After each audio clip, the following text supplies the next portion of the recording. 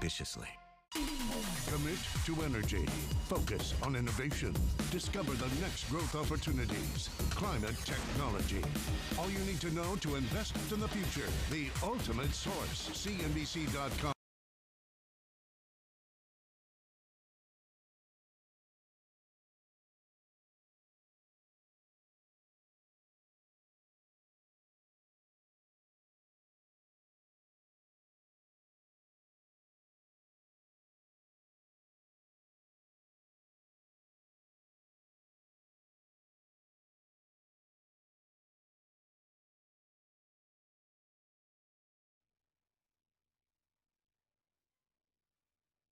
IPO.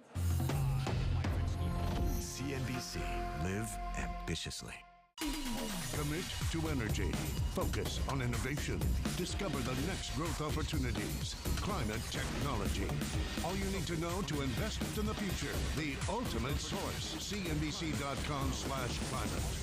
It's one of the most fossil fuel reliant economies in the world. South Korea has been continuously increasing the share of renewable energy, striking a balance between nuclear and renewable energy while reducing the number of thermal power plants. Eventually, it boils down to how to achieve carbon neutrality. It's something the global community needs to work on to avoid a catastrophic result. Will South Korea's plans to go green work? We find out on the next Sustainable Future. South Korea's plans to go green.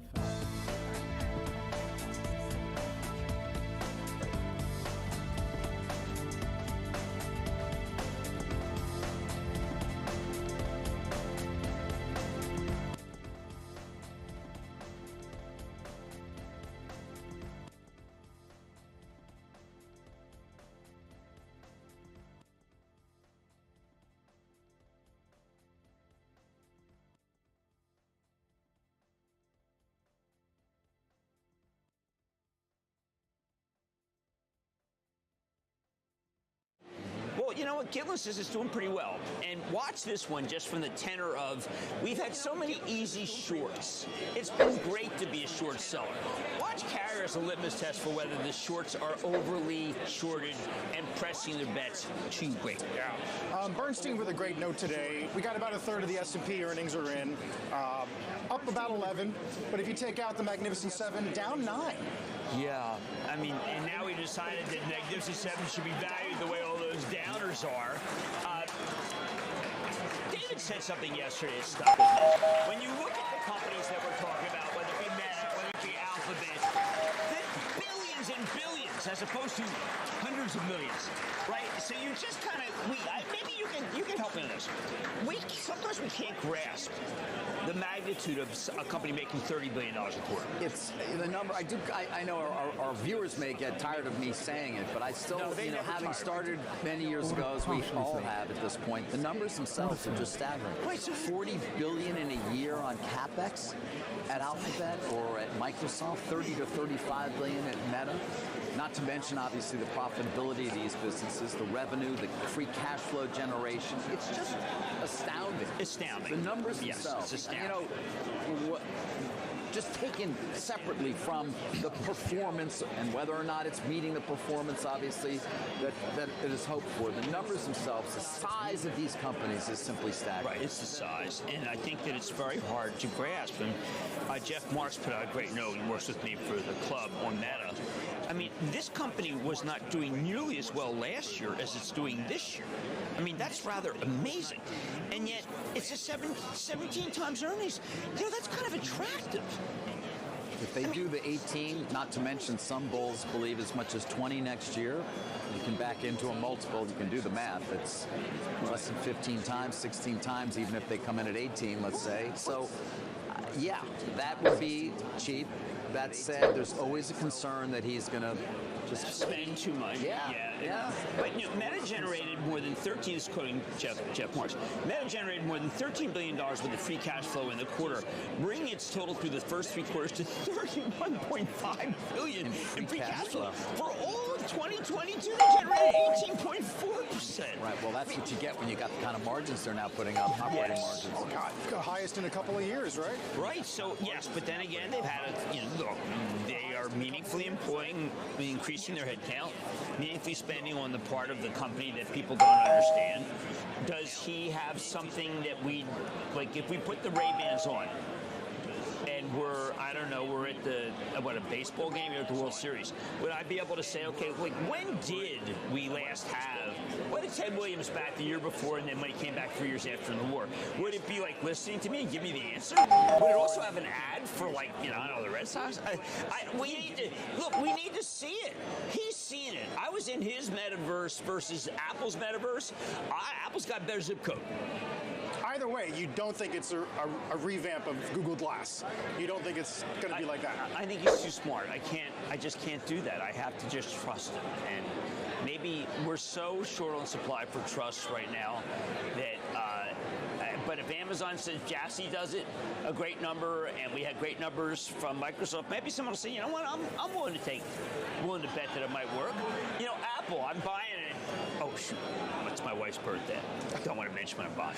But it's like I'm on the phone to some virtual assistant last night, Chris, who was just dynamite, right? Because you have to have an appointment now to get stuff.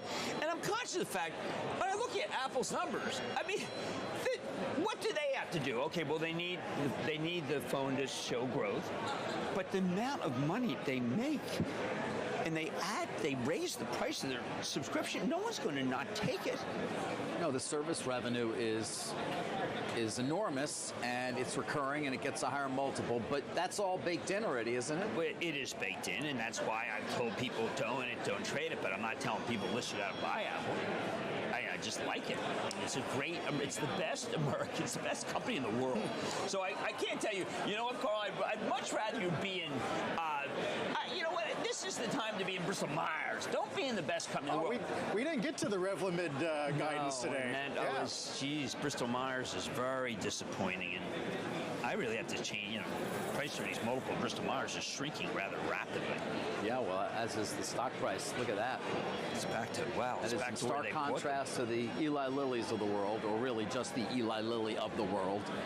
I took a picture yesterday of Hostess Twinkies. I'm going to post that. With Novo. The Hostess Twinkie, I don't know, you buy a thing of donuts, you only want one donut, I think, right? How about you want to do MS Ted Pick? No, Carl. I'm going to deny your request, and I'm going to do Endeavor. Are you going to let me pick or do pick? No, I'm not going to talk about Ted Pick. Pick to picker. They'll be talking to Picker later. Leslie Picker will be interviewing James Gorman and incoming CEO of Morgan Stanley, as Carl referenced Ted Pick. But let's talk Endeavor, guys, because the stock is up 18%. To put that in perspective, it's probably only back up to where it was not that long ago. Endeavor, remember, of course, most recently in the news because of the merger of its UFC with WWE, creating TKO, of which they control it. Go back to the IPO back in April of 21, I believe it was, and you can see it has not been a good performer, and that's including the move up today. And that's frustrated Ari Emanuel, who runs the company, perhaps Mark Shapiro as well, and maybe even Silver Lake, its largest holder, and the company that controls Endeavor with 71% of the vote. So late yesterday, we got this. From Emmanuel. Given the continued dislocation between our public market value and the intrinsic value of our underlying assets, we believe an evaluation of strategic alternatives is prudent to ensure maximizing value. So what does that mean? Well, it means, all right, we might consider selling the company. Of course, there's only one buyer because Silver Lake has made it clear we're not selling to anybody but us. Meaning they might buy in what they don't already own. Silver Lake firmly believes in Endeavor's business, is not interested in selling its shares in Endeavor to a third party, nor in entertaining bids for assets that are part of Endeavor. What Silver Lake is interested in doing, as by the way they have done previously in both Dell and Qualtrics, is making a bid potentially to buy the company and take it private. What will that look like? Will it happen? How do you make sure that's fair to minority shareholders? Of course, you'll have a special committee. By the way, banks haven't been hired as yet, is my understanding. Egon Durbin, who runs Silver Lake, co-CEO. And again, they've done this before. The question is, do they come with a number that Endeavor and its special committee can be happy with? Does that have a 3 in front of it, as many hope it would or expect it would at least? And having spoken to some other large holders who are not ARI at 6% and are not Silver Lake, I can tell you their basic contention is you take the stake in TKO, you look at what Pinot is paying for CAA at $7 billion. They have a bigger agent business. What's that worth? On Location, they say is worth $1 billion.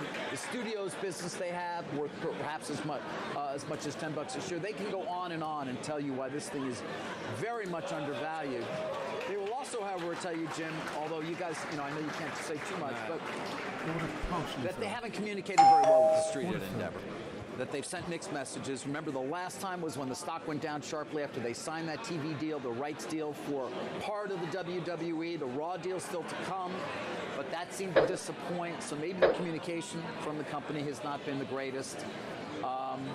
Not really going to be anything there for the PGA, by the way. But we'll watch this closely. If it is a buyer, it's going to be Silver Lake. The question is price. And I am told if it does happen, a deal could be reached before year end. We'll see. And now we can talk about Ted Pick. Well, I did want to mention in terms of communication, there's an upgrade today of Live Nation, which communicates its story incredibly well. And I was going to go out, Carl, on this GDP analysis, and I'm going to put it out there so that people understand. 2 words, Taylor and Swift. It's experiential. She made a fortune. We all rejoiced. Football's back. Travis Kelce. I mean, this is kind of the experience. How did it happen? That's a metaphor. I mean, when the nation is going nuts for entertainment, whether it be Royal Caribbean or whether it be casinos, because the Vegas numbers are up, whether it be Taylor Swift, you see that it hasn't cooled down yet. I want hats off to, by the way, to our Fed chief, Jay Powell, who had he started cutting rates and we got this GDP number, would have been regarded as a fool. There's a lot of discussion this morning about if you just took the headline, Fed's got to do more, but that core PCE number thinks maybe they can't afford to stand pat at least this month. I think you can, and then we have these auctions coming up. In the 90s, we used to follow the bond auctions and how they do. We're back. I mean, there was a 5-year yesterday, wasn't so high. It was 7-year. That's what people have to start watching. And I've been trying to teach that on Mad Money, that things that you haven't cared about in years. Like, how'd that auction go? Rick Santelli, we're going to have to get these numbers, because if the auctions go badly, like happened yesterday at 2 o'clock, that's when you had the breakdown, and not until then. Yeah. We'll look for that today. Meantime, we mentioned Southwest earlier today. Stock trying to bounce off the initial lows, but that is going to be a 9-year low today. Let's get to Phil LeBeau live in Dallas with Bob Jordan. Hey, Phil. Hey, Carl, Bob. Good to be down here once again in the hangar where you do some work on some of your aircraft here. Let's start first off. You basically meet expectations in terms of your third quarter, both on top and bottom line. But your guidance about capacity has spooked investors. Your stock is now at a 9-year low. Why are you pulling out, or why are you slowing down your growth in capacity as much as you are? Well, I'd start first with we had a great quarter in the third quarter. We had record operating revenues. We had record passengers. We had record Rapid Rewards revenues. We had record new Rapid Rewards members. We had record ancillary revenues. And we're forecasting record revenues and record passengers again for the fourth quarter. You know, the whole sector is under pressure, obviously. Costs are rising. A lot of that is labor costs. A lot of times it takes a while to absorb that. We plan to make some capacity changes here in 2024, just to recognize the fact that travel patterns are different. You know, business is strong, but it's still restoring. Our leisure demand is strong, but the patterns are different than they were during pre-pandemic. So we will be taking capacity out of the first quarter, and we are reducing our overall capacity for 2024 to the 6 to 8% range, which really is all capacity that is carried over from 2023. Did you get over your skis in terms of how much capacity you added here in 23? I'm really proud of our folks. It was a huge effort and accomplishment to get all of our aircraft flying and to get our network restored basically to pre-pandemic levels. Now, that's a lot of capacity and our sequential capacity. But did you go too far? Well, you never know. We planned for business restoration to be a little higher than it is today. The main thing is there's strong demand for Southwest Airlines, and we're taking action as we go into 2024 to pull that capacity back prudently. Again, first quarter, back half of the year. Again, if you look at the back half of 2024, our nominal seats next year will actually be down compared to the same period in 2023. You mentioned in your release this morning seeing a return to historically normal travel patterns. Does that mean that these slower periods in the fall, this is what we're going to start to see again, and that the travel patterns that we saw coming out of the pandemic, that is pretty much, it's played out? I do think leisure has returned to typical travel patterns. And business, again, while it's we're continuing to gain market share and business is growing, it is still not fully recovered to 2019. That produces a different travel demand pattern and behavior, and we need to adapt our own network to that. The shoulder periods, as an example, fall off more than the stronger periods. So that's really why we're taking capacity out of January and February. You mentioned something before this interview that struck me. You're noticing that people who are traveling for business are booking fewer flights. I mean, generally speaking, if as in the past, I might have done 5 flights a month, I might only be doing 4. Tell me what you're noticing there. I think that makes sense. If you think about it, there are a lot of companies that still don't have full return to work. They're working 3 days a week.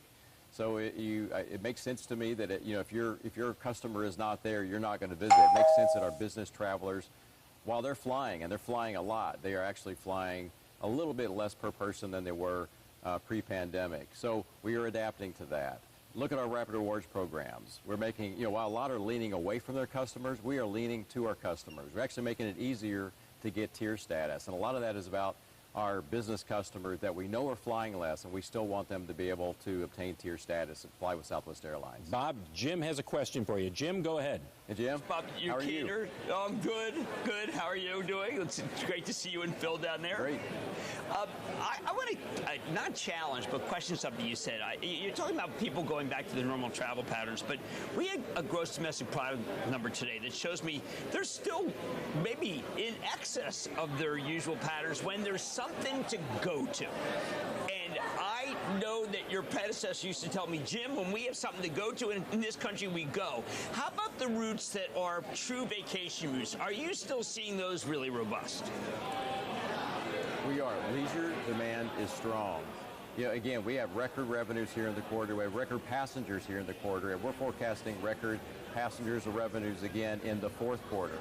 Again, record Rapid Rewards member acquisition, record spend on the Rapid Rewards card. So demand for travel, especially in leisure, still remains very strong. Our demand for the holiday periods, if you look ahead right now, bookings are actually running ahead of 2022.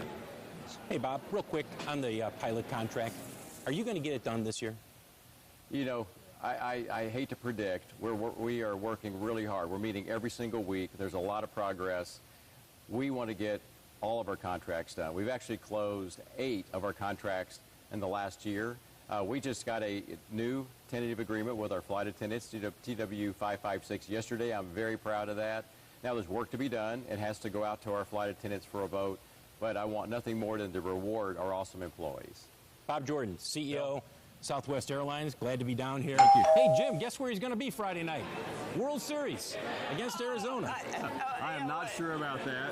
I just thought I'd throw that out there. Yeah, that was nice, Phil. I always thought we were friends. I didn't know. I didn't know there's tension there. I did not say I would be at the World Series. Oh, come on. You can give Jim a little bit of grief. Well, I'm going down to Dallas for the Dallas Eagles game on Sunday night on NBC. I'll hope to see you there. There you go. All right. Phil, as always, thanks. Thanks, guys. Phil LeBeau, Thank y'all. along with Bob Jordan. Jim, we were talking about, actually, we should do a little more airlines because people have talked about death crosses on Delta. Right. We've talked about this low on a closing basis for Southwest. And I actually like Delta because it's inexpensive and because we don't know how many things really did stay post-COVID, but that GDP number tells me that there's an element of travel that is really kind of never going to go back. That's about the only thing I'm finding out is never going to go back. Now that the GLP-1s took away snacking at home, I think people still believe, you know what, I have to see the world before I die. And we know that is still with us. us. And I think that you see it with Delta, you don't see it with your car. We don't have UPS on this board, but that's going to take you back today to mid-2020 as they do lighten up the guidance a bit, Yeah, Jim. that's a tough story, and I'm really hoping that Carrollton May one day can really, when you had the Teamster deal, I thought that we'd get things together the way that the Ford deal has, but not yet. I would say, by the way, watch these companies that are Ford suppliers. NXPI is the semiconductor company to the autos. Texas Instruments, which was so shelled yesterday. I think there are a lot of people who felt this strike's not over, and then suddenly you wake up, other than David, who did say he felt, little birdie told him, you just felt the strike was about to run its course. Nice. Good call, Dave. I did. You said it to me. I did. I was giving you a little credit. For what? No, he didn't know jack about the strike. He was talking about strike. He was talking about Lucky Strike. It means fine NLCS research. World Series strikes. Yes. No, I talked to Jim Farley a great deal. I know you did. And I felt that if this thing didn't resolve soon, the Broncos that I saw come off the line, they're going to run out. Well, not.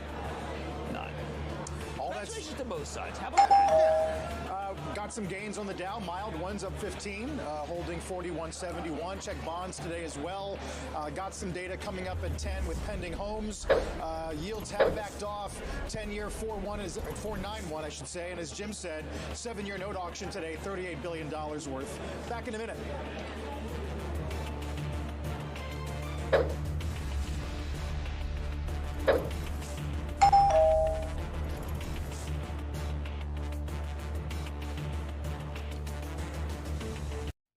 Order partially filled.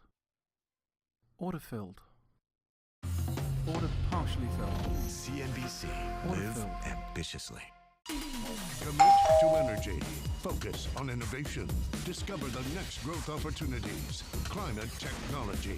All you need to know to invest in the future. The ultimate source. CNBC.com.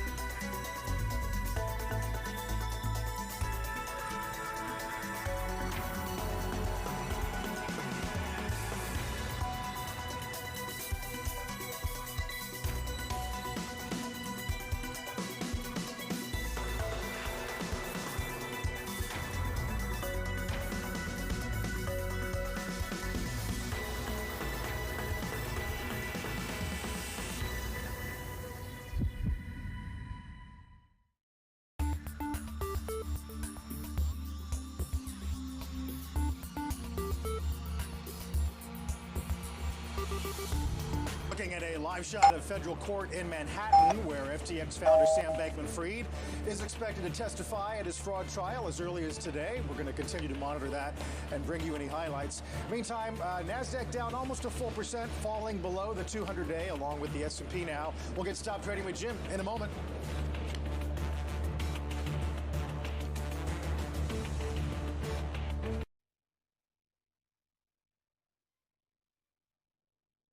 Today's Most Active Stocks Update is sponsored by Interactive Brokers. 150 markets, 33 countries, 26 currencies.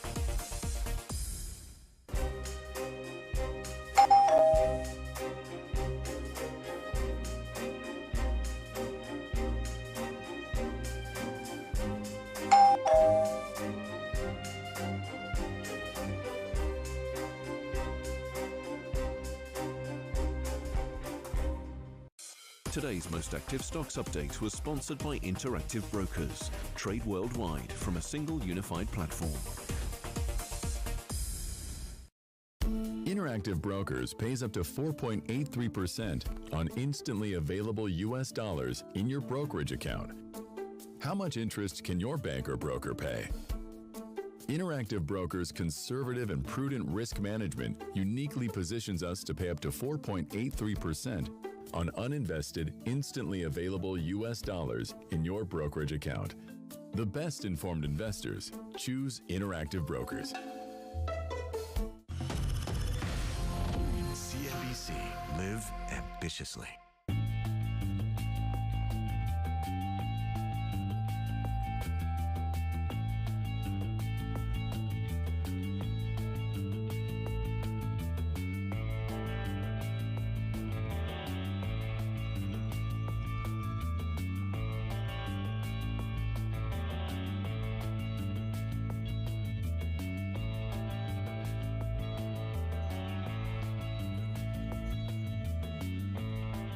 Tyler Matheson, Kelly Evans. Power Lunch on CNBC.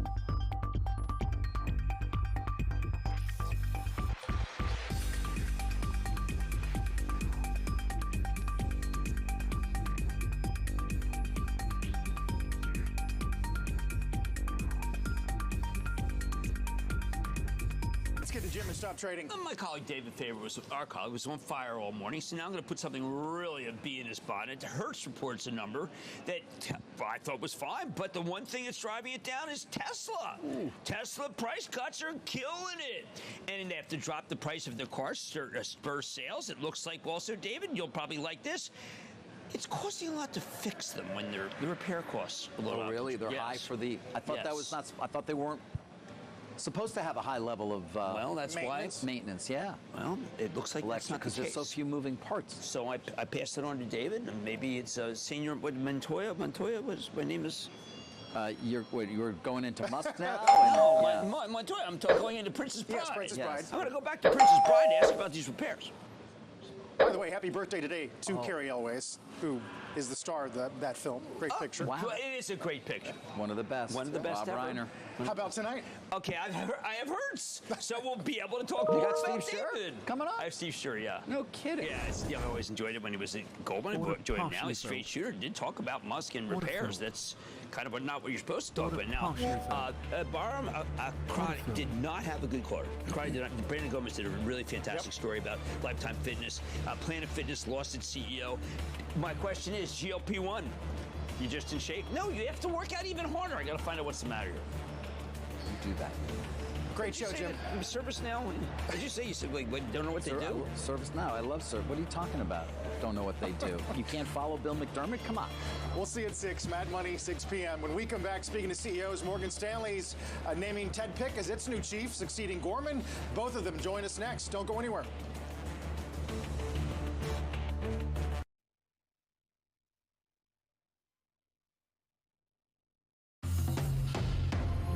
CNBC. Live ambitiously. You want people to trust their money. This is the market that we're operating in. They need to drive their plans forward. We need to pursue business opportunities. You're always better off having a fortress balance sheet. Prudent fiscal policy can contain debt. You're going to take less risk to get to your target now more than ever before. Making sense of the global economy. CNBC. Alison Williams on Halloween. Do you guys dress up? As parents, that's okay. Hard, no. I kind of play like a sophisticated version of dress up for a living. Director Fisher Stevens. And a closer look at the GOP's choice for House Speaker Mike Johnson.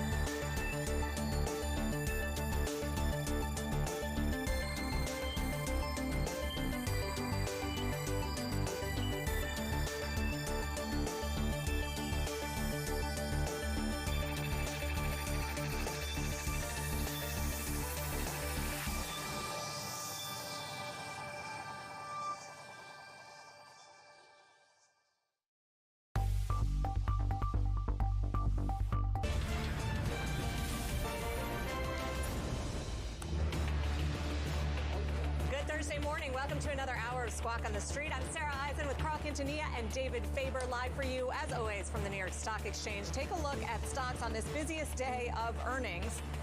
And it's a mixed picture, at least in the S&P 500, which is down almost 0.75%, but mixed in terms of sectors. Real estate, utilities, materials, staples, and industrials are all higher right now. What's weighing on the market? It's tech again, communication services, a big part of the story today. We're obviously going to talk about Meta and some of the movers there.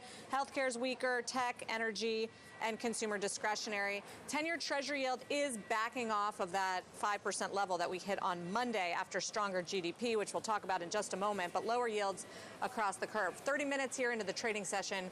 Here are three big movers we're watching. Meta, to begin with, under pressure despite beating estimates. Cautionary commentary on the call around advertising. We're going to discuss Meta and the entire tech wreck just ahead. We're down 2.2% on the NASDAQ so far this week.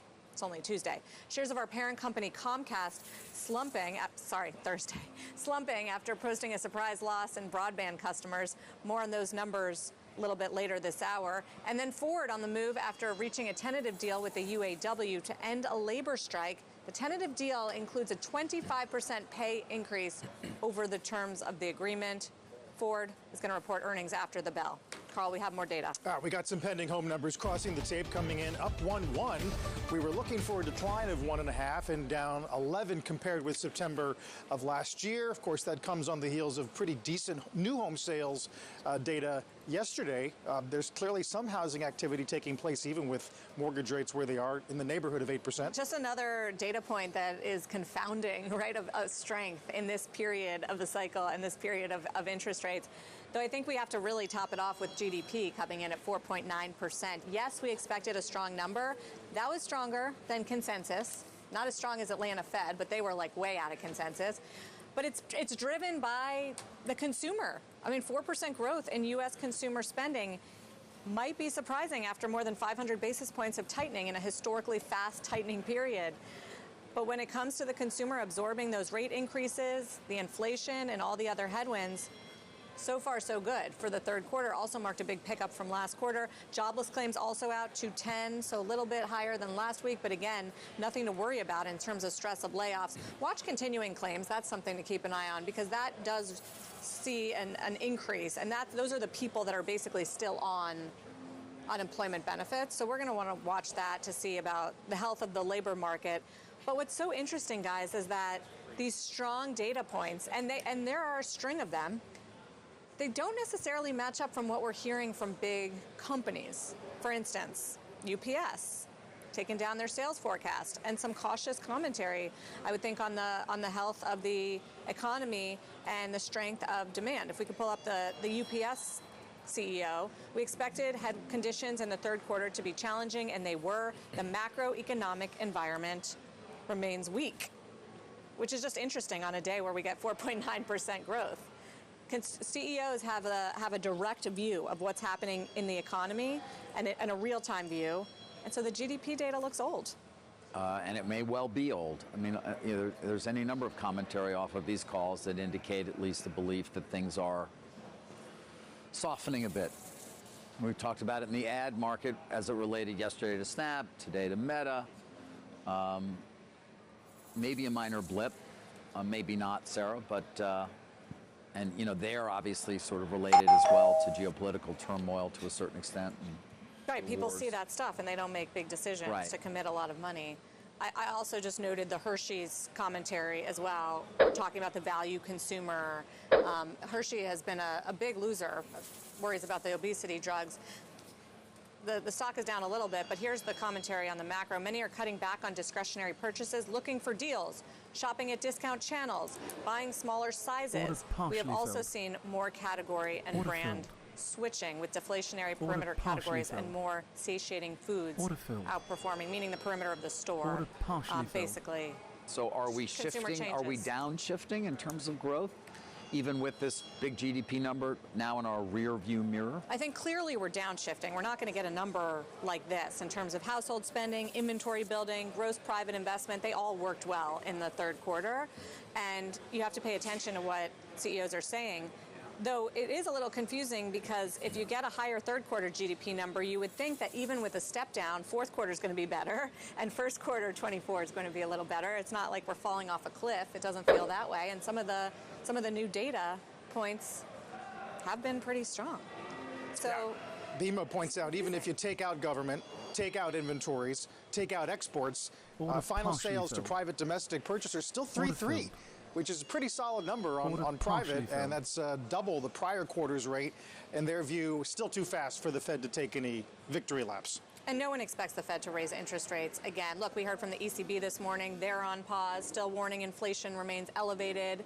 Not too early to talk about cuts, according to President Christine Lagarde. I think it's a very similar message that what you're going to get from Although the pound 3-week low on the view that maybe the BOE's done. BOE, because they were they have even higher inflation estimates, so it was thought that they were going to continue hiking, but now with the ECB on hold, the Bank of Canada this week been on hold, the Fed is clearly on hold. Turkey not on hold. Turkey hiked to 35%. What's their inflation rate? Yeah. It's like 100% or something crazy. Not a barometer for the rest of the global central banks, I would say. Let's just dig deeper into these tech results because we got a few biggies. IBM is one of the top gainers on the Dow this morning after some strong numbers there. Just wanted to highlight a few of them for you guys. The software numbers came in a lot stronger, 8%. Consulting numbers, slight miss, but still a strong 6%. Healthy growth. And then for the first time, I thought this was particularly interesting, they broke out AI as a revenue driver. Not necessarily in the results, but Arvind Krishna said that our book of business in the third quarter specifically rated to the generative AI, both in the low hundreds of millions of dollars. So if it comes in both software and consulting, they're selling these generative AI services to other businesses, like an EY was one of the examples they gave on fixing their HR platform. But if they do, David, $200 to $300 million a quarter on generative AI revenue, then it becomes $1 billion a year, and if that's sustainable, that's pretty material. And I think it's notable that a company like IBM, which some say doesn't get credit for being a big generative AI player, is starting to show how it's moving the needle for them. Yes. Yes. People remember Watson. And they remember the promise of Watson and all the things attendant to it that we thought were going to come and never did. I think they would disagree with that, but I would argue that there was a lot of hype around it. And yeah, right. The Jeopardy thing. Yeah, well, more than that, healthcare really is where they saw it, not Jeopardy, but. But I think that in terms of this current wave, what IBM is seeing is the digital transformation is now. You sound like Bill McDermott. Digital transformation. That's what it is. It's why Arvind always says that tech spending is going to be 2 to 3% higher than GDP growth, which he continues to see happening into next year. Meantime, we'll talk about Meta this morning. Despite weakness of softness in the ad market, our next guest keeping his outperform and his 385. Joining us at Post 9 is Oppenheimer's Jason Helfstein. Jason, great to have you. Thanks for coming in. We had a big discussion this morning about whether or not there was enough evidence last night that you could get to $20 in 24. Is that the crux of the debate? I mean, really, I think it was making people more concerned that if the Middle East turned into something bigger, that would have an impact on advertising. Snap had put that out there, but I think investors didn't believe that because they have some of their own issues. And then to the extent you got a guidance range that was, 13 to 24% growth, that's unusually wide. When pressed why that low end, they did mention the Middle East. And so I think that was just something that investors were not really focused on before today. Meanwhile, as for the revenue growth and the operating margin, is that a reflection of the hard decisions they made a few quarters ago? 100%. I mean, you look, Reels got to revenue neutral in 2 years. It took Stories 3.5 years. They quoted a 70% improvement on engagement, 40% engagement from Reels, and then a 6-7% improvement on core Instagram and Facebook from AI. So clearly the investments that they're making are driving engagement, and then you can see the revenue numbers, right? Obviously coming off of the Apple privacy changes. So why is the stock down 6%? Is it really all just on this worries about the ad market? I think it is. If you look at all the other ad stocks today, they're all down, maybe not the same magnitude, but everything connected to digital advertising is down today. And again, Snap said it, there wasn't a focus. Meta said, and I think this was a little bit Powell-esque. I think it was a bit over-talked. I don't think they're seeing it right now, but they're giving themselves cushion just in case things don't, go in a favorable way. Did you get a sense, and operating expenses came in at least below what many were worried they would hit, and, but cost discipline. Is the year of efficiency going to be years of efficiency? Well, I think the bears were worried about expenses over $100 billion. They're guiding 96 and change.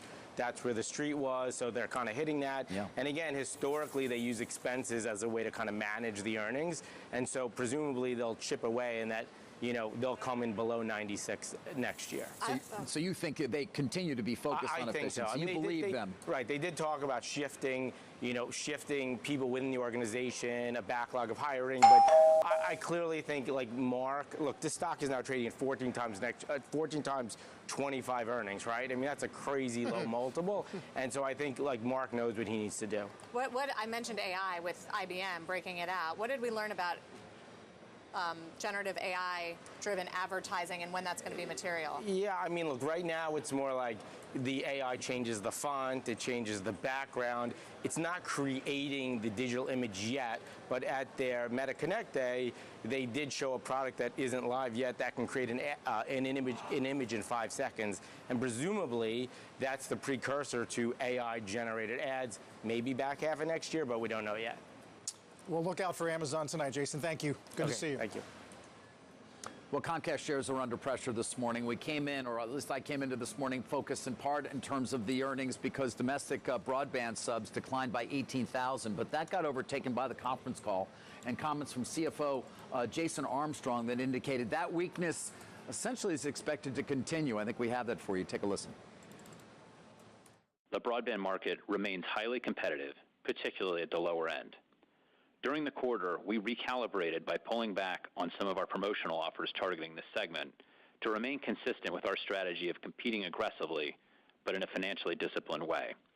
This means striking what we believe to be the appropriate balance between broadband subscriber growth and ARPU growth.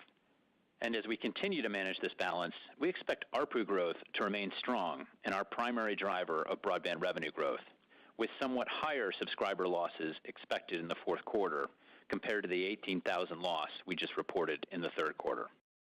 That is having an impact on the stock, as you see. It had been down as much as 8%, but still off over 6%. Shares of Charter, one of its key competitors, also down almost 4%, again, on concern about the lack of growth in broadband. Is there competition from fixed wireless? Some of the overbuilders, AT&T, certainly could expect that is in part the case. On other fronts, by the way, for our parent company, Peacock, of course, continues to be a focus and it continues to be consuming a lot of cash. The CFO, again, Mr. Armstrong, said it continued to improve in terms of financial performance. Now expect full year 23 losses from Peacock will be about or around $2.8 billion, saying that's better than the previous outlook of losses of as much as $3 billion.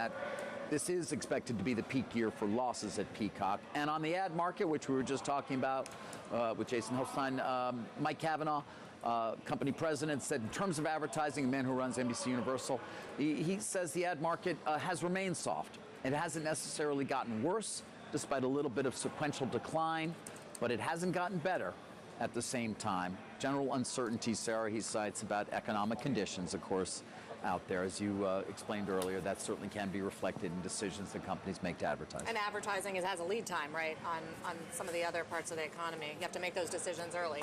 Yep. As we have a lot of earnings movers to get to. As we head to break, here's a roadmap for the rest of the hour. Kenvue, which owns Tylenol and Benadryl, shares adding to losses on the year after reporting results. We're going to break down the numbers with their CEO this hour. Plus, a number of stocks are falling to near COVID lows. We're going to break down the names that one analyst calls an opportunity. And finally, Morgan Stanley officially naming a new CEO, 3-decade veteran of the firm, Ted Pick. Is going to join us alongside outgoing Chief James Gorman to talk about the road ahead when Squawk on the Street comes back.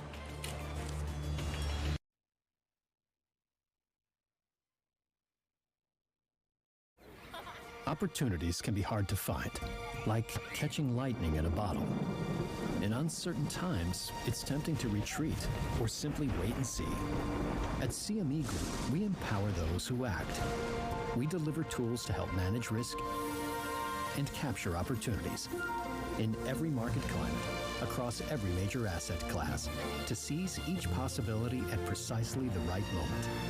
CME Group, opportunity is everywhere. CNBC, live ambitiously.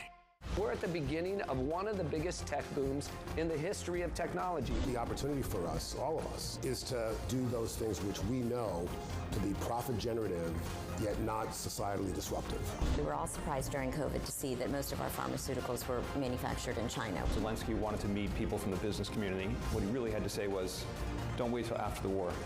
You can really help us by bringing business to our country now. Watch it now on demand at deliveryalpha.com.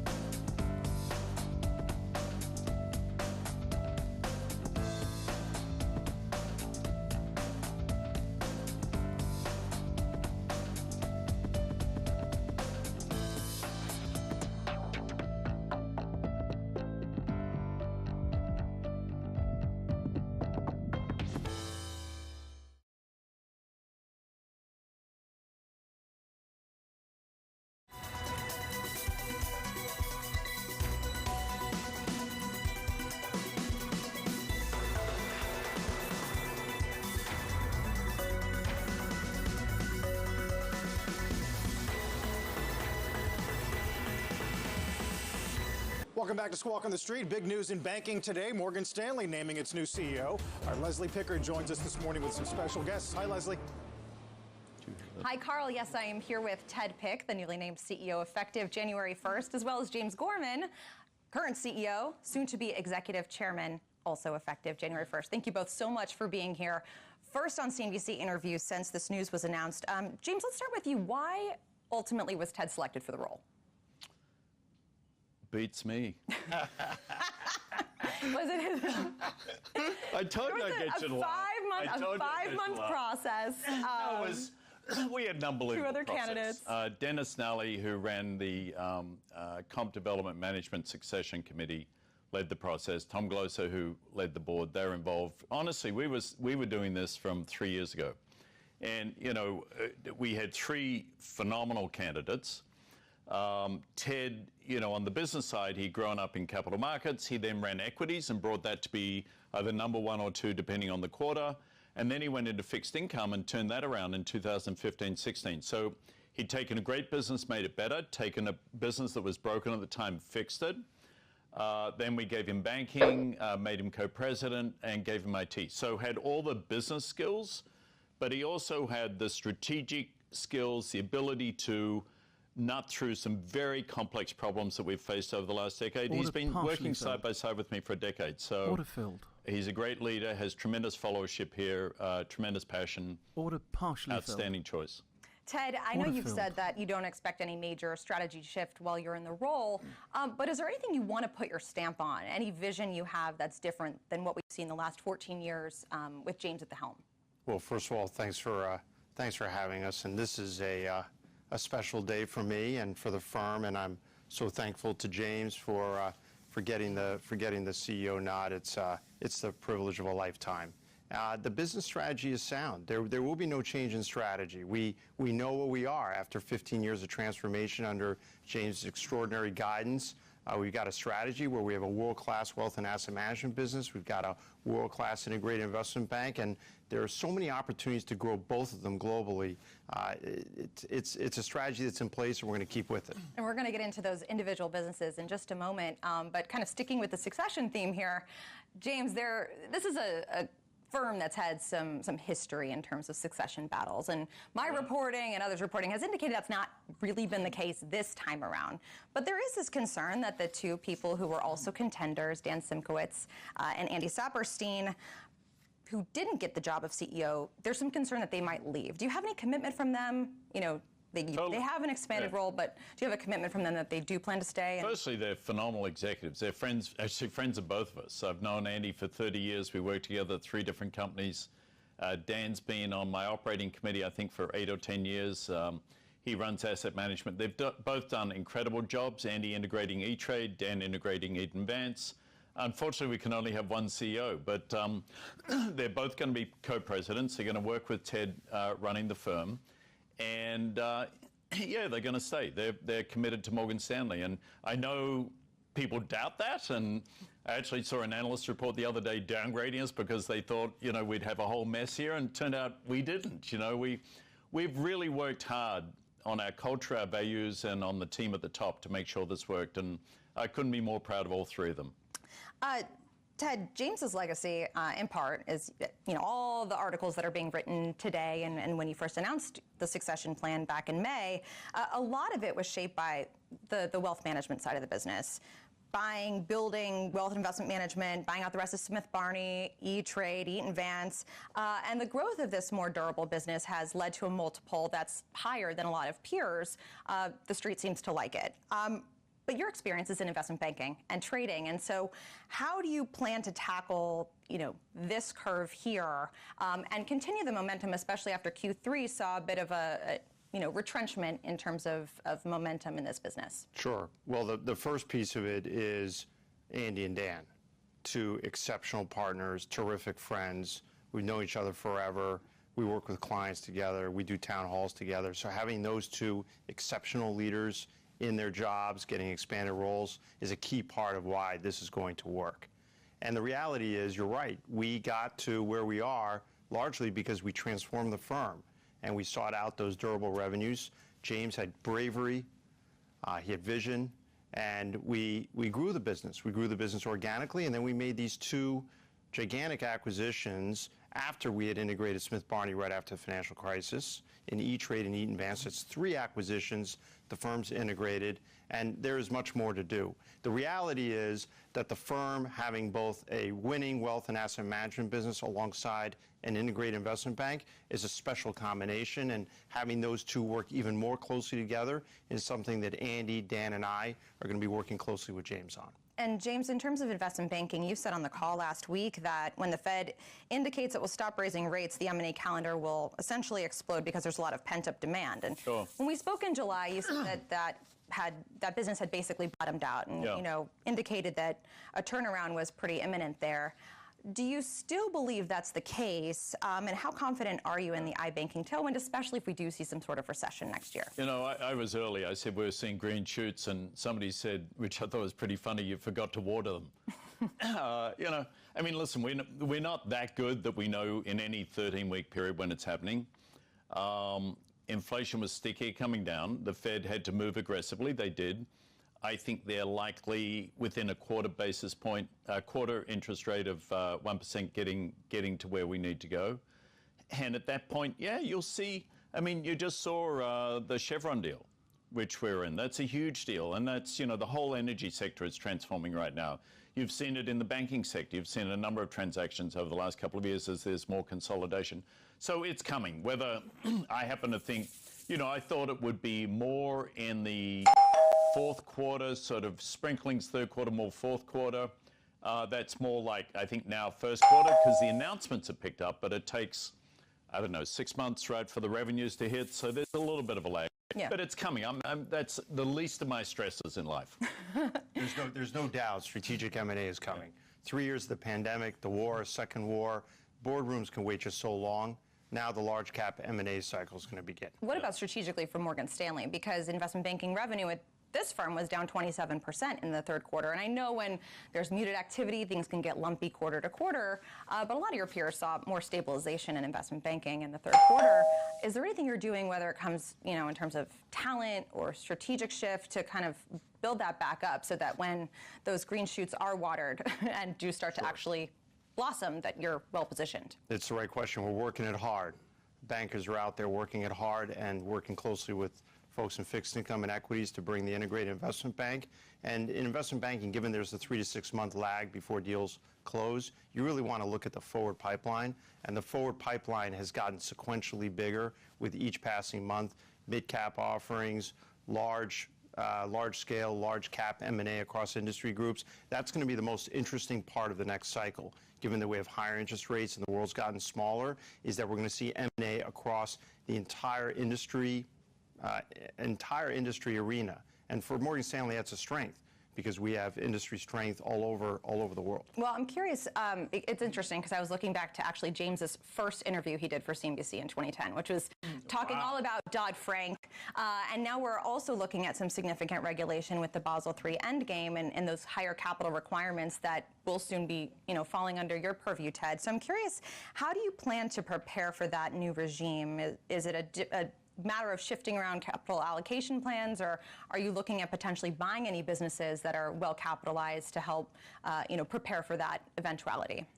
I mean, I'll just kick in here because I've been you're at the forefront. Yes. I've been living it for a long, long time. The Fed has asked for proposals of all kinds to comment on what, you know, comments of all kinds to comment on this proposal here. This is going to take a long time to get better. You can't change your business model anticipating something might happen. You need to know what will happen. We've carried excess capital for 10 years. We have the highest capital ratio of any of the largest banks, I think, in the world right now. That's for a reason. We've got massive buffers, so it won't change our strategy whatsoever. That's different from, do the banks actually need more capital? I have a very strong view that they don't. The large banks are well capitalized. CCAR actually has proven that year in, year out. But if the rules actually come through in any form close to where they're proposed and banks have to add to their capital base, we've already got it. So no, it won't change strategy one bit. All right. Well, and that was a strategic decision. For the last 10 years, James focused us on having Many firms have 50, 100 basis point buffers to have as large a buffer as practicable, and now that gives us options. Great. Well, James Gorman, current CEO, soon to be executive chairman, Ted Pick, incoming CEO. Really appreciate you both sitting down with us for your first broadcast interview since the news was announced. Thanks, Leslie. Great to be with you. Thank you. Thank you. David, I'll send it back to you. Leslie, I will take it, and thank you as well for bringing that to us. Coming up right here, former crypto king and FTX founder Sam Bankman-Fried. He is set to take the stand in his own defense. That could happen, today. And we'll be live from the courthouse next. Stay with us.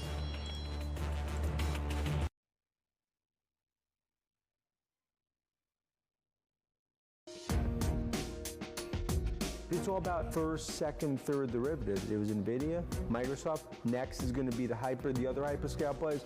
We'll see what happens with Amazon. And then you look at names like MongoDB, Palantir, Salesforce, and others. We're talking about $1 trillion plus of incremental spend that's now starting to hit the shores of tech.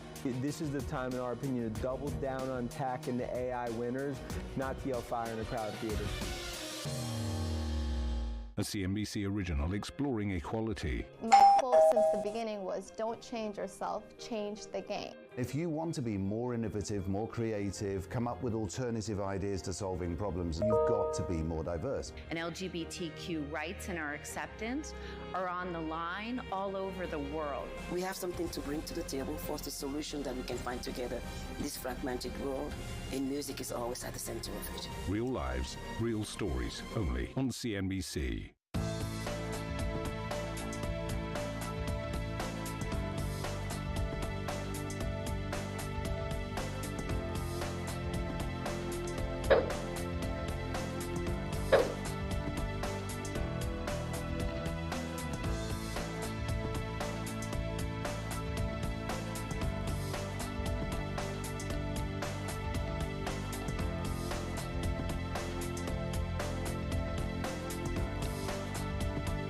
Order partially filled. Order partially filled. Order filled.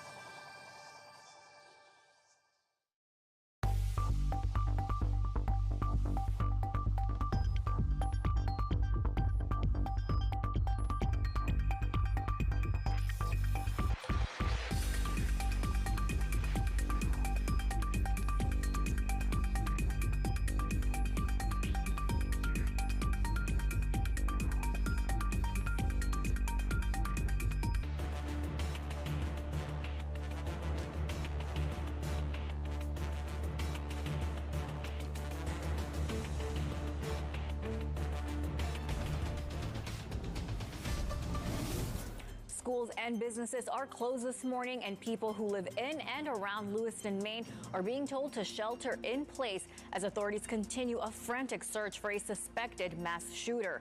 Officials still have not confirmed a death toll in two shootings at a bar and bowling alley last night in Lewiston, but sources tell NBC News 18 people are dead and 60 others are injured, 4 critically. Authorities shared photos of a man with a rifle and named Robert Card as a person of interest in connection with the shootings.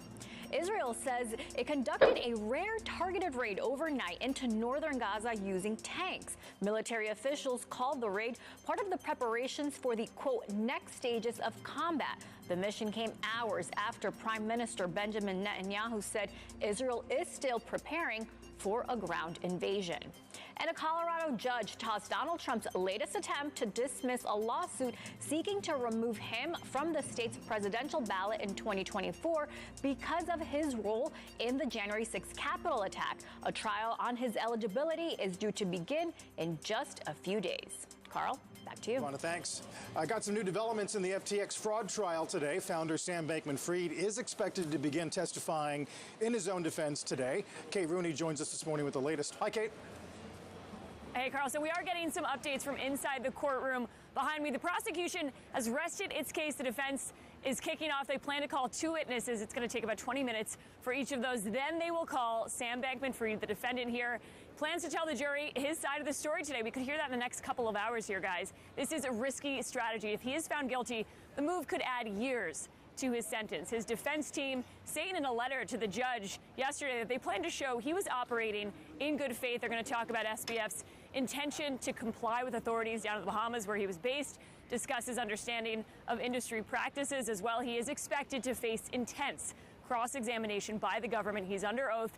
If found guilty, legal experts tell me any judge would sentence more harshly if they do suspect the defendant lies in sworn testimony. The judge has enormous discretion, as one expert told me this morning, in that sentencing. There are guidelines, yes, but judges don't have to follow those precisely, and there's already been a history of tension between Bankman-Fried and the judge here, Judge Kaplan. Over the summer, he revoked Sam Bankman-Fried's bail, accusing him of witness tampering. He's warned him multiple times before the trial about pushing the limits. He's also scolded the defense team multiple times in the courtroom in the past couple of weeks. The potential upside is persuading at least one juror that Bankman-Fried did not have criminal intent. That is key. One person siding with the defendant would mean a hung jury in this case. The jury has sat through some heartfelt testimonies already. They've heard from 3 key insiders, including his former girlfriend, Caroline Ellison, who ran Bankman-Fried's hedge fund. They all say that they knowingly committed fraud at the direction of Sam Bankman-Fried. He has pleaded not guilty to 7 counts of fraud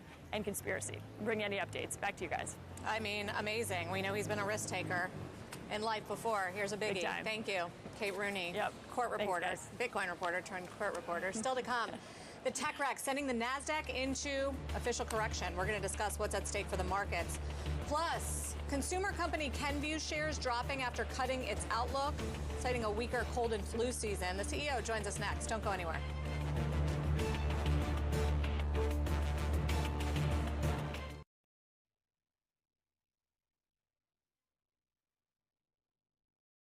The Bond Report is brought to you by PIMCO.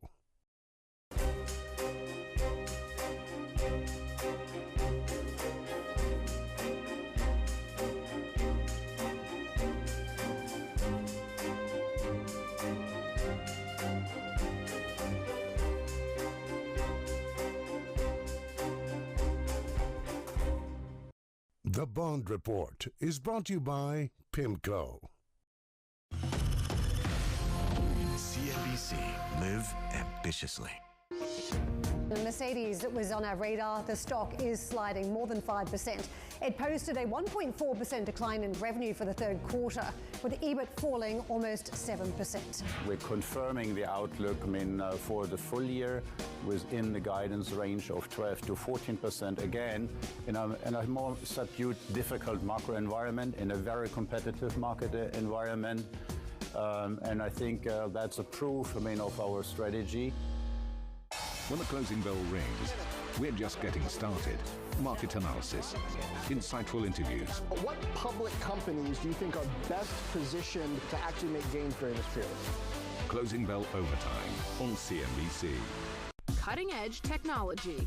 We use body doubles and computer graphics to fully envision the artist. The sensors activate the wires, and that lessens the burden on my arms. We have several test beds going on all around Europe, and all this will slowly come together. Would you say that we're standing among the eco-friendly innovations of the future? I would not even say the future. We're standing among the eco-friendly innovations of now. Join us next time on The Edge.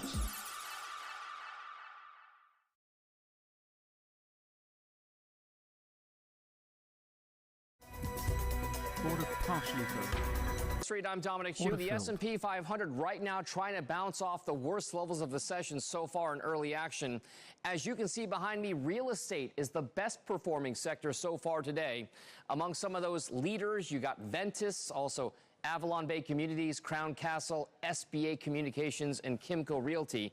But the best performing stock in the sector so far in early action is American Tower, after the real estate investment trust that specializes in wireless communications and data center infrastructure reported better than expected quarterly results and raised its full year forecast for property revenue and a key measure of how much cash flow gets generated by its real estate assets. American Tower also said CEO Tom Bartlett will retire in February of next year and be replaced by Steve Vondran, who currently runs the company's U.S. tower and data center operations. So, Carl, AMT up 6%. I'll send things back downtown to you folks at the New York Stock Exchange. Tom, thanks so much. Tom Chu. Latest GDP data helping cut some early losses, but the NASDAQ is sliding deeper into correction territory. Talking about where the market may go from here, Trivariate Research founder and CEO Adam Parker is with us here at Post 9. Adam, what a great day to have you, and thanks for coming. Yeah, thanks for having me. I guess, first off, it's just, are they shooting the generals on mega cap tech? How important is that? Well, you know, at roughly 30% of the market cap for the Big Seven, it's hard to see a scenario where the market rallies a lot and they don't participate, so you need them to participate. And the earnings season, I would say, was mixed for the collective lot. So I could see mark to market feeling a little worse than I did maybe 2 weeks ago about the group. But if I look forward, I don't really think they have anything that's impairing their outlook in any sort of 1, 3, and 5 year view, or at least I feel pretty good about the fundamentals. So I think, you know, you want to own those names and you want to own the market for any longer term perspective. And then are you seeing value in things like the Russell? I don't. And that's a very popular topic among investors I talk to that look at this chart of the valuation of large versus small cap, and they think it looks very elevated and they want to make a case for small caps. And you're seeing that work today. So you're thinking, all right, well, that's interesting, because usually in a risk-off trade, small caps lag. I don't think that's the right move in a 6-month view, because I need to believe the small caps have more margin expansion. And when I look at wages, when I look at input costs like commodities, when I look at pricing power, I don't think the small caps have more.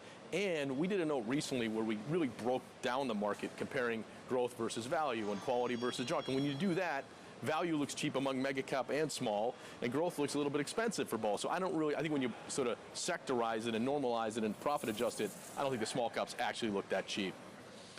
What do you, so I don't know, I'm just curious, Adam, we have you on a lot. What's top of mind right now for you when it comes to this market? You know, honestly, I'm really thinking about underneath the surface, like which industries and sectors are getting dislocated or opportunities. So I'm seeing things happen like staples and utilities selling off a ton because of rates and Ozempic. And can I get in there and buy a high quality name like Coke at 20 times forward when I had to pay 30 in the past? It used to be almost offensive to buy some of these defensives. You know, they were so expensive. Now, I don't know, some things are emerging there. Healthcare services, you know, people hate that sector in an election year, but they're getting cheap and they have pricing power. So I'm finding things I want to own under the surface, and I think that's been more of the topic than, you know, trying to make a market call where you got to get rates right, you got to understand, you know. So I think there's, I'm kind of excited about wanting to, you know, long or short things underneath the surface. But just to harp on the NASDAQ correction for a moment here, what is, it's not like we're going into another rate hiking cycle, which was the last time we saw the NASDAQ in a big big correction. So what is actually going on here? You know, financial conditions, right? I mean, when financials get tighter, you know, long duration assets suffer. But you could have argued that should have been the case. We should have worried about this 6 months ago. So it's hard to know what causes the 10 years back up a lot in the last 3 months, and maybe that's, you know, finally, you know, people paying attention since September. But I look at those companies, I think rates are probably closer to peaking, right, than they are, and their growth rate's going to be a lot better than the broader market over the next few years. So that's why I said I think the Big Seven are probably going to be fine. And, you know, whether you have a hiccup or two on Google or Meta on their expenses, I don't think it changes the trajectory of their earnings going forward. So I don't think you want to be, you know, structurally negative on innovation and growth in the United States of America. I don't think that's been a good idea. Well, we still got some mega caps to go. We'll see what we get. Yeah, we do. I mean, obviously, you know, I don't want to, you know, I hate the whole, like, take this one stock and make it a microcosm for the entire global economy. But if NVIDIA misses, the stock market's going to get killed. Okay, so I hate doing that. But I think that's one where people would be surprised if the trend reversed that quickly. Some of these other things that we talk about every day just have a lot of different businesses, and it'll take some time. So I think right now, you know, the risk reward for the market looks pretty good in any 6 or 12 month view. And so I'm saying, what can I buy here? I love energy. I love some of the staples and utilities for the first time in a long time. I think I can buy healthcare services. I think retailers are giant shorts. And so I think Target stock will probably go in half in the next 2 or 3 years. I mean, so I'm seeing a lot of things going on underneath that I like, long, short, but I don't really believe, that this is like, the beginning of the end and the market's going to get killed. I don't believe Got that. spicy there toward the end. He did. Well, but the one takeaway from this whole interview is if NVIDIA misses, the stock market gets killed. Well, I think people would be very surprised. Yes. Yeah, but we have a ways to go before they report. So, Adam, thanks. Good to be with you guys. Adam All right. Parker. Up next, CEO of Kenvue. Those shares moving lower on the back of its latest guidance. We're back in a minute.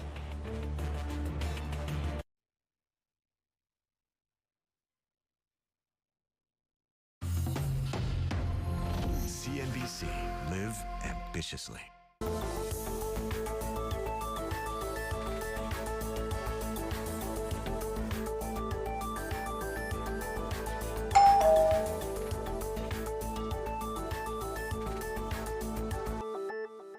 For me, Squawk Box is breakfast with the most interesting people in the world. It's a privilege to get to talk to them every day. It's more entertaining than any other morning show, but you might get some useful information. Squawk Box, weekdays, CNBC. Anita Mukesh Ambani, the founder of Reliance Foundation, speaks about her new cultural center.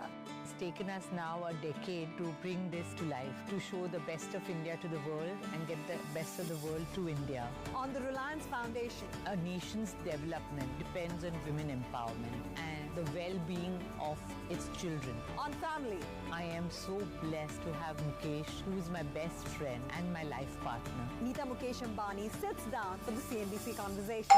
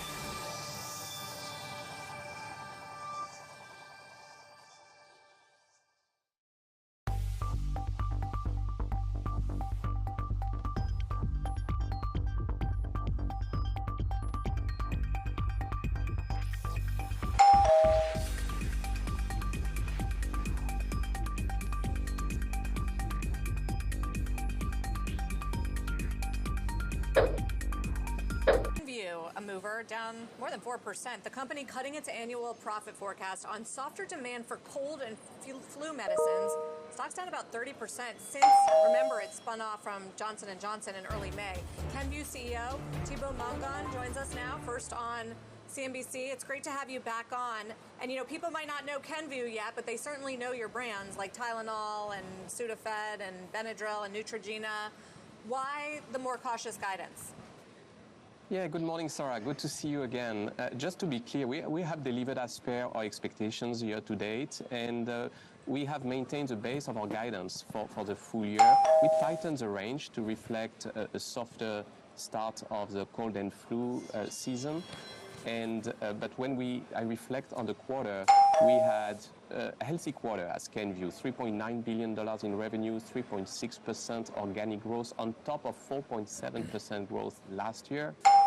We are now part of the S&P 500 index. And you see the power of the Kenvue business model. You mentioned a number of our brands, the power of our portfolio of iconic brands that are in everybody's homes. And that's what we saw this quarter again. So pleased with our results to date and confident in our future. But a lot of the growth came from pricing, right? Like we've seen with other household products makers, it's still pricing driving it. Volumes were down 3.5%. So have you reached that tipping point where you can't pass on more price increase? Yeah, we see our value realization activities continue to hold. Our volumes were a bit down this quarter, but 2/3 of that was really linked to some discontinuations of products we did last year and some continued softness we see in the China market. So if you accept these two distinct elements, our volumes are holding pretty well in a higher inflationary environment. What about skin and beauty, which was, I think, a little bit disappointing and obviously a big important category? What are you seeing there? Yeah, we see the skin health and beauty segment impacted by the two distinct elements I just talked about, the discontinuations we did last year and the softness of the market in China. But these two elements mask some good underlying strengths of our brands. Our skin health and beauty business is doing very well in Europe, in Latin America, and in the US. We continue to innovate. We had a very strong sun season, and now winter is coming. We are launching moisturizers. We are just launching a new Neutrogena Hydro Boost gel cream that gives you 9 times more hydration, which is so important in wintertime. So we're excited about the innovation we are bringing to market. It has been extremely well received by customers, and we can't wait to see it in consumers' homes this winter. 9 times more hydration, David. All right. Thibaut, I can't imagine that when you drew up the plans to split this off, or when J&J did, that you expect the stock to be down or lose almost 1/3 of its value in the time since it's become a public company. What do you tell those holders at this point in terms of, why this has not performed as well as I believe many believed it would when it was split off?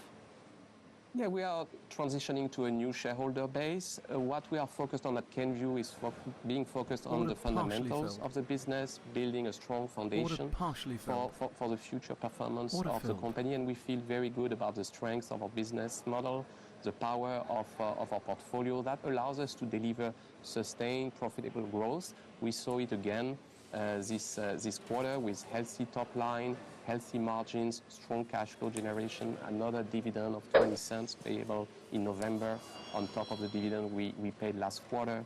So that's the Kenvue business model, and we are confident in our future. Yeah, but was it mispriced then when you split it off? I mean, that may be your model, and I understand what you're telling your shareholders, but again, it's been, 7 months, and the stock's down 30%. Yes, we see the stock reacting to the splits, to the exchange offer. So there are a number of elements impacting the stock price. But what we remain focused on, again, is the fundamental of the business, making sure that we are close to consumers, close to customers, launch innovation, and bring consumers what we have been doing for 135 years, the products and solutions they need when they need them, to take care of their own health, the health of their loved ones. And that's what we are focused on as we speak. Well, speaking of some of those products, I wanted to ask you, since the FDA decision that the main ingredient in Sudafed basically doesn't work for colds, there have been reports that CVS is pulling some of these drugs from the shelves. Does that include a Sudafed and other of your products, any of the Tylenols, and is that going to have a material effect? Well, we have not seen an impact on our business to date. Health authorities around the world review ingredients on a routine basis. The FDA is reviewing one ingredient as we speak, as you rightly mentioned. They have not made a determination yet. So we will continue to work with the agency and with customers to make sure that consumers continue to have access to the products they need when they need them. Are they trading down? Are consumers going to more generic, value-oriented products instead of your brand name products? No, we don't see that. Actually, we see private label penetration to continue to be stable, actually a bit down in the US recently. And that, I think, has to do with the unique nature of the consumer health space, where our consumers, when it's about their health and the health of their loved ones, reach out to the brands they trust, that are backed by science, recommended by healthcare professionals, that have been in their medicine cabinet for a long time, years, decades, sometimes generations. And that's what Kenvue brands are all about. So we see a continued strong affinity and loyalty to our brands. All right. And Listerine, too, I didn't mention, but I see the big bottle behind you. Thibaut, thank you very much for taking the time today. Thank you, Sarah. Thibaut Mongon, CEO of Kenvue. Coming up at 11 a.m. on Squawk on the Street, the CEO of Royal Caribbean shares gaining on raised guidance, stronger results. We're going to get a read on the consumer in the travel space next hour, plus more on Hertz. Speaking of travel, as those shares hit new lows on the year. We're back in 2 minutes.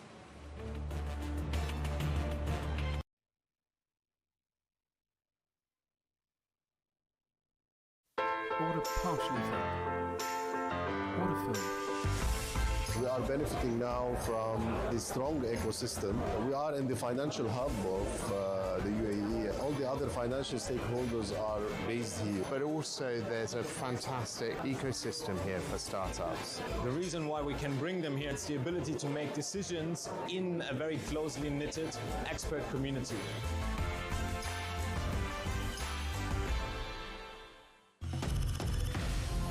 CNBC. Live ambitiously.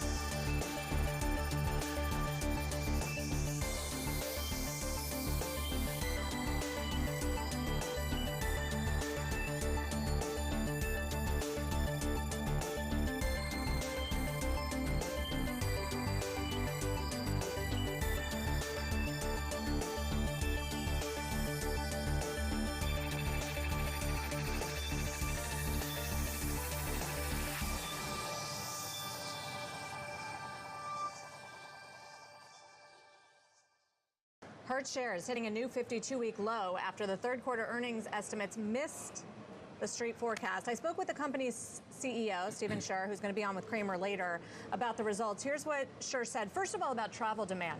We're seeing really good sustained demand for product and leisure in the U.S. and Europe through October, so that's now. I think we'll see a very strong winter in the context of U.S. domestic travel. So why are shares tanking right now? Well, the bottom line miss was driven by higher expenses, and that was all tied to its fleet of electric vehicles. Remember, they've been big buyers of Teslas. Here's what Scherr said about it. EVs now are 10 to 11% of the entire fleet.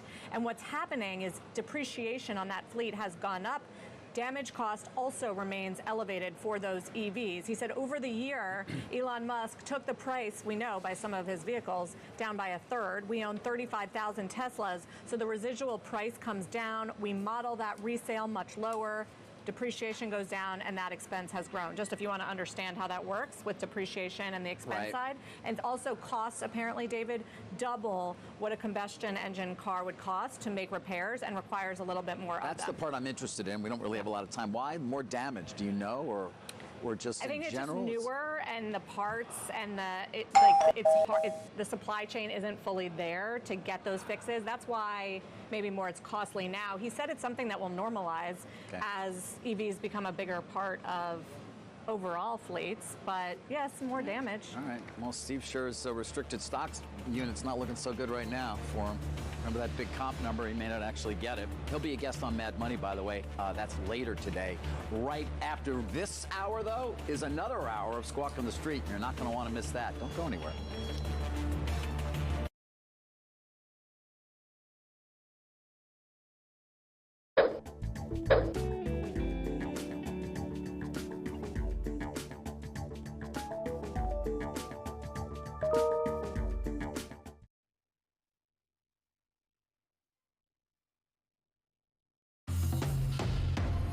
CNBC.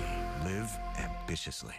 What is important is that we look at the policy rate relative to the next 12 months inflation expectations. In that sense, the gap is much narrower, which suggests that the work is not done, that we still have some way to go.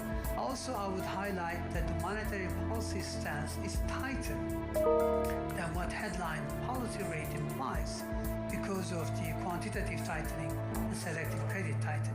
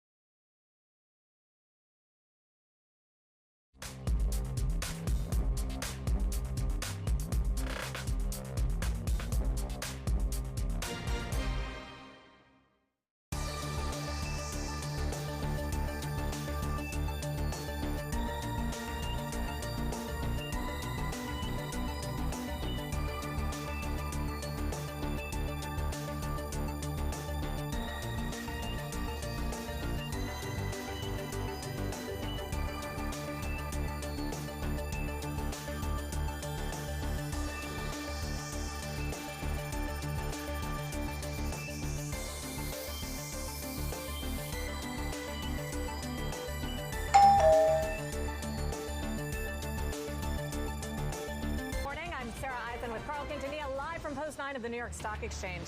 After a golden era of private equity, is the next big market opportunity in distressed credit? Hedge fund manager Jason Mudrick is here.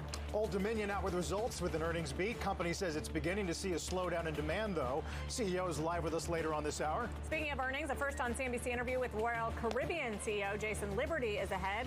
The company's now raised initial 2023 guidance by 100% since February. Meantime, markets continue to see some pressure. NASDAQ has fallen below the 200-day, joining the S&P and the Dow. We'll keep an eye on the markets and see what all of this means, of course, for the global economy. Our rates, obviously, a big picture today with a lot of macro data. Let's stay on the markets, take a look at growth versus value in that debate. Growth has outperformed value in the last decade. Is there a case to be made for investing in value at these levels? Joining us this morning here at Post 9, Research Affiliates founder and chairman of the board, Rob Arnott. Research Affiliates, the only sub-advisor to PIMCO.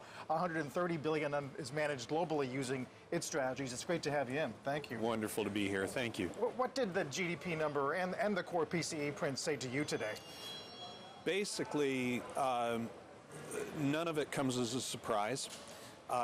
We're in an economy that I think is going to be showing signs of slowing. We have housing. There's no such thing as a recession without a housing slowdown. There's no such thing as a housing slowdown without a recession. They're joined at the hip. And so right now we have a housing market that's severely restrained. If you have a home and a mortgage at 2.5%, you're not going to sell unless you have to. If you want to buy and you're going to have to borrow at 7.5%, you're probably not going to buy because you can't. And so supply and demand are both constrained, which is what allows home prices to remain high. that can falter if there's any sort of move towards equilibrium. And so we've talked in the past about inverted yield curves predicting recessions. I think they cause recessions. And the yield curve inversion set the stage for the housing issues we're facing now. Right. Have you take any solace in some of the high-frequency data that shows maybe supply is beginning to bottom here? I take some comfort in that. I also take comfort in the fact that you have 2 job openings for every job seeker. People will say that recessions don't start with a booming economy. That's not true. Recessions always start with an economy that's been booming. It's the nature of the peak and the rolling over. So I view the coming year as one where the bond market is signaling caution. The stock market is shrugging off a lot of that. And in any given year, the normal risk of recession or bear market is about 20%. For the coming year, I'd say it's about 50-50. So, buy bonds. Is that your message? No. Bonds, I think, are much more attractive than they were at lower yields, obviously. Stocks, I think, are vulnerable. U.S. stocks, specifically U.S. growth stocks. There's a couple of headwinds that play against growth and in favor of value. One of those is relative valuation. When the spread in valuation between growth and value gets enormously wide, any mean reversion will work in your benefit if you're a value investor. Secondly, inflation is good for value relative to growth on 2 counts. Firstly, there's no such thing as high but stable inflation. If you have high inflation, you have elevated market volatility, elevated macroeconomic volatility, elevated uncertainty. Those all work in favor of value because people will start to look for a margin of safety. Margin of safety isn't available in assets where you're buying a future that's 10 or 20 years out. It also plays into value in the sense that higher elevated inflation sustains higher bond yields, and we've seen that play out hugely in the last 18 months. Higher bond yields mean a higher discount rate for long-term future growth, which reduces the value of growth stocks relative to value stocks. The same applies for small versus large. Small stocks are cheap. The same applies to non-U.S. versus U.S. Non-U.S. stocks are cheap relative to U.S. stocks. Do any of the trends in technology or innovation or AI come to the rescue in terms of growth? Oh, absolutely, in terms of macroeconomic growth, but not in in terms of growth investing. Exactly. Yeah. In terms of macroeconomic growth, yes. In terms of growth investing, no. Markets are driven by narratives. The narrative is AI will change the world in every way we could imagine. It'll kill lots of jobs. It'll also create lots of jobs. It'll massively change the world in the coming decade. Narratives have the advantage of being largely true. We wrote a paper, The AI NVIDIA Singularity, Breakthrough, Bubble, or Both. And the short takeaway is both. The internet bubble was a bubble, but the internet narrative was correct. The internet revolution was real. So the AI revolution. So we naturally overshoot with every turn. We naturally overshoot. And that's where we are now. That's exactly where we are now. How do we know where prices will settle or which companies will survive? We don't. But we do know that the broad sweep of market cycles includes broad sector-based bubbles that mean revert. If you look back at the dot-com bubble, as of the end of 2017, 0 of the 10 largest market cap tech stocks in the world had beat the market over a 17-year span. If you look today, 2 of those 10 have beat the market, Microsoft and Oracle, but by a skinny margin, 1% to 2% per annum. Do you think that investors are underestimating the risk of what's happening in the world geopolitically? Geopolitical risk has me very uneasy. Let's not forget that the Yom Kippur War set the stage for 15 years of severe inflation. I'm not saying it caused it. It set the stage for it. And you have geopolitical instability in Russia and Ukraine. that set the stage for the burst of inflation, global inflation that we had last year. But wars can also be helpful with growth and the markets because they stimulate demand for defense equipment and cyber and all this is stuff. one myth, the notion that wars are bad for stocks. They're not. Wars are bad, but they're not bad for stocks. So as we look at the global stock market and the increasing threats of war, let's not forget China and Taiwan. If I were President Xi wanting to create a new Chinese empire, I'd be thinking very seriously of taking advantage of current geopolitical instability. And I hope he's not watching and taking this as a suggestion. It is not a suggestion. I hope fervently that nothing happens there. But geopolitical shocks come, they surprise most people, and yet they're part of the nature of the geopolitical cycles. This one has certainly surprised the market, if not the world, in the last couple of weeks. Rob, thank you. We'll hopefully continue this discussion in the coming days. Thank you very much. All the best. Rob Arnott. Take care. Turning to the auto sector, Ford and the UAW do have a tentative labor deal. 6 weeks now after the strike has begun. Let's bring in our Phil LeBeau. The pressure now on GM and Stellantis, Phil. And Sarah, what usually happens after one automaker reaches an agreement with the UAW during these contract negotiations, that is basically the template that the other automakers are looking to with the UAW. But it takes, a week or two before those negotiations really heat up. The focus today is on Ford, and rightly so, as the company has agreed to a tentative contract, 4.5-year contract with the UAW. It's a costly one, and they knew it would be a costly one. 25% pay hike over 4.5 years for UAW members. It goes over 30% when you factor in cost of living adjustments. It will reduce and in some cases eliminate wage tiers within Ford, a big push for the UAW. And the temporary workers hired by Ford, that's an important component for automakers.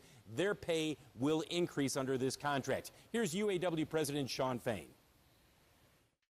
Ford knew what was coming for them on Wednesday if we didn't get a deal. That was checkmate. On day 40 of the stand-up strike, we reached a historic agreement. And by the way, the two strikes that were called on Monday and Tuesday certainly had an influence on Ford, increasing the pressure to get a deal done. What about the people who have been picketing, about 17,000? Well, they're putting away their picket signs. Some are actually returning to work today, others over time, and ramping up production. It'll be a little more gradual. By the way, the expectation is that we could see a full member vote on this contract offer next week, but they still have some time to go in terms of explaining it to the membership, etc. Take a look at shares of Ford. This is an important day, not just because of this agreement, but also because we will get Ford's Q3 results after the bell. Much like General Motors, we're expecting strong profits for the third quarter. And really, it's not surprising. You had robust sales. Transaction prices really have not ticked lower.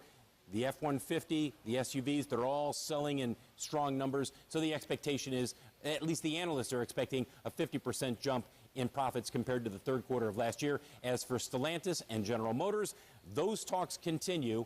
And guys, they want to get a deal done as quickly as possible. But again, the cadence usually is once one deal is done, takes a week or two before they pivot and another deal is close to being locked in. That's good insight. Once again, Phil LeBeau covering two very large industries today at the same time. Thanks, Phil. Meantime, a rough morning for Meta, despite this 23% jump in revenue in the third quarter, the fastest rate of growth in a couple of years. Our senior tech and media correspondent, Julia Borson's at Post 9.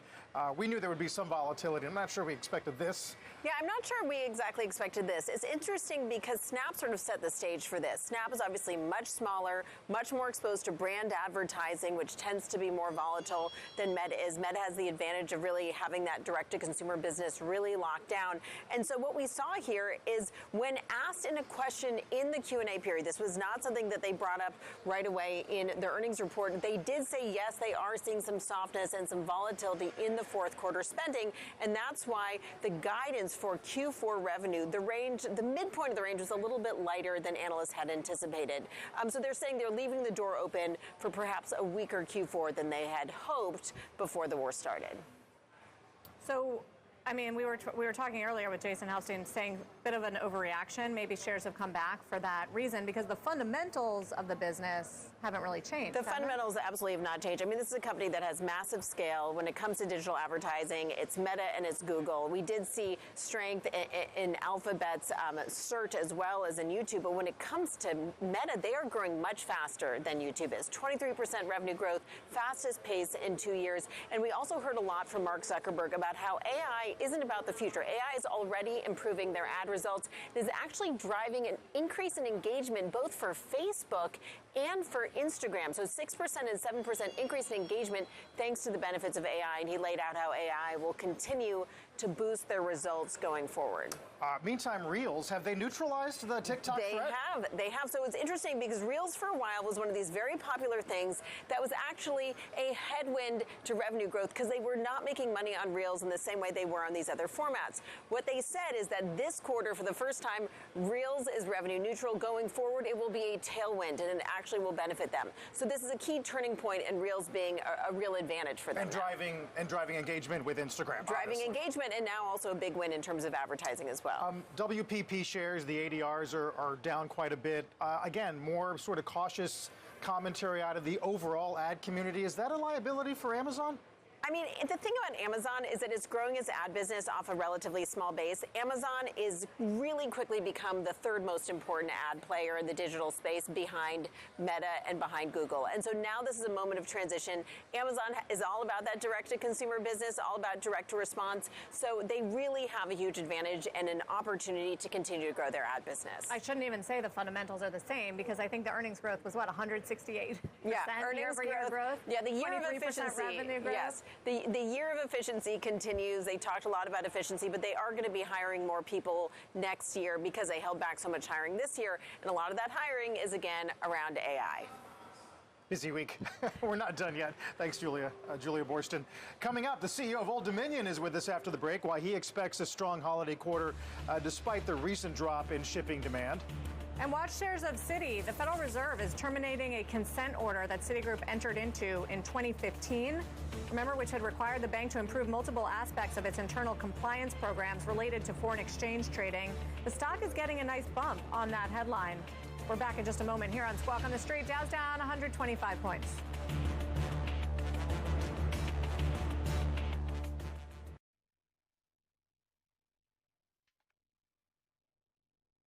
Names can be misleading, like ours, LSEG, the London Stock Exchange Group. We could have called ourselves the London and practically every other place in the world stocks, bonds, currency data, analytics, indices, risk management, clearing, exchange, multi-asset class group. But that's a little wordy. CNBC. Live ambitiously.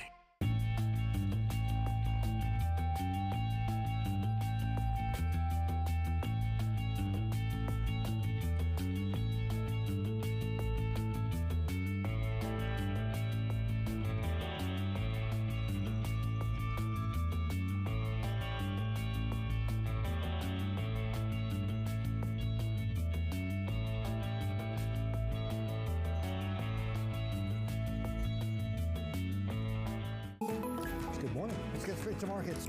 This is how we're setting up the trade. Factual. Succinct. All you need to know before your trading day starts. Subscribe to our newsletter, CNBC's Daily Open.